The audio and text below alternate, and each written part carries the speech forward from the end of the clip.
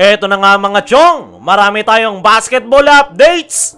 Good news kay Justin Brownlee. Barangay Ginebra, unti-unti nang lumalabas ang full potential ng kanilang kupunan. Nabanggit na natin noong mga nakaraan na sa PBA playoffs pa talaga lalabas ang tunay na laro ng kupunan ni Coach Tim Cone. At yan na nga yung nangyayari sa kanilang kupunan kung saan ginagawa nga nilang bata ang Northport Batampier. At the same time ay nakompleto na nga yung mga players na kinakailangan ni Coach Tim sa kanilang kupunan. Unang nakabalik sa Barangay Ginebra ay itong si Jamie Malonzo. Matagal-tagal rin itong nawala dahil sa kanyang natamong injury. Pero ngayong semifinals ay unti-unti nang naibabalik ni Jamie ang kanyang old form dahil isa nga siya sa mga solid ang contribution ngayong semifinals. Nandoon na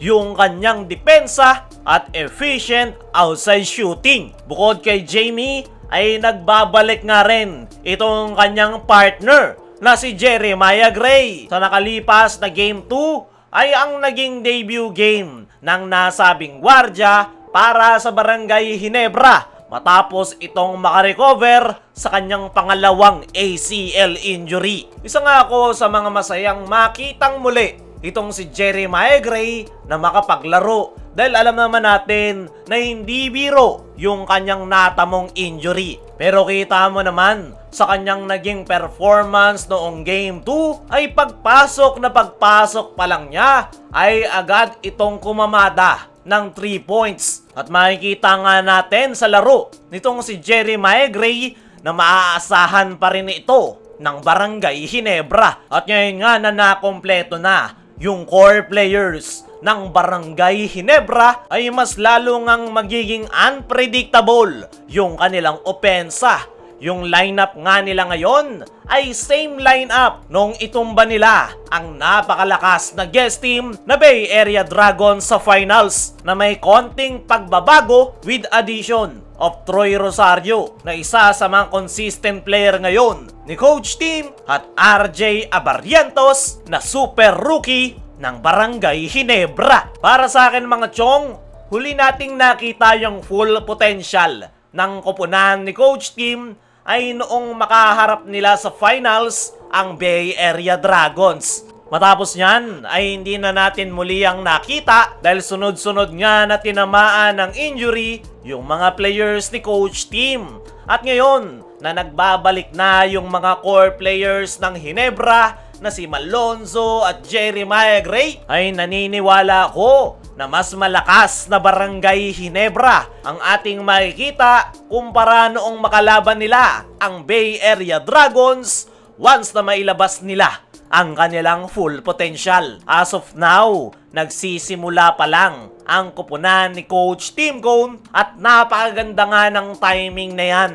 Kasalukuyan nga silang nasa semifinals at yan talaga yung plano ni Coach Tim dahil hindi nga nito agad-agad nilalabas ang lahat ng kanilang baraha. Kaya naniniwala ko mga chong na once na muling makapasok ang Barangay Ginebra sa PBA Finals ay doon na natin makikita kung ano yung kayang gawin ng kumpletong lineup ngayon ng Barangay Ginebra. Dumako naman tayo dito sa kabilang balita. Good news kay Justin Brownlee. Matapos nga yung dalawang sunod na blowout game ng Barangay Ginebra sa semifinals kontra Northport Batampier, ay isa nga sa pinaka nagbe-benefit dyan ay itong resident import ng Barangay Ginebra na si Justin Brownlee. Nang dahil nga sa blowout game ay mas nabibigyan nga ngayon ng sapat na pahinga itong si JB dahil alam naman natin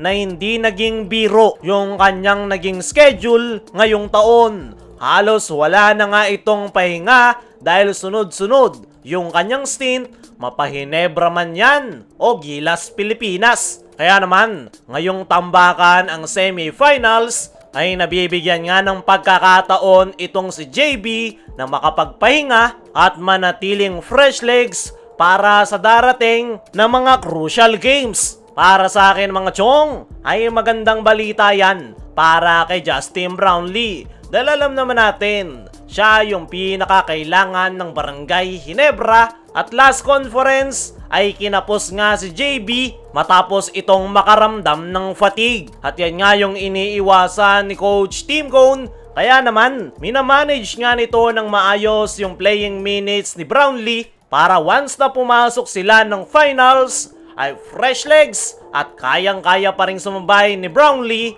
hanggang dulo. Sa ngayon ay napakaganda ng itinatakbo ng Barangay Ginebra ngayong semifinals. At naniniwala ko na malaking tulong na para kay Justin Brownlee na nakapagpapahinga siya ngayong semifinals. Kaya mga chong, ano ang masasabi nyo sa magandang balita kay Justin Brownlee ngayong nabibigyan ito ng sapat na panahon para makapagpahinga?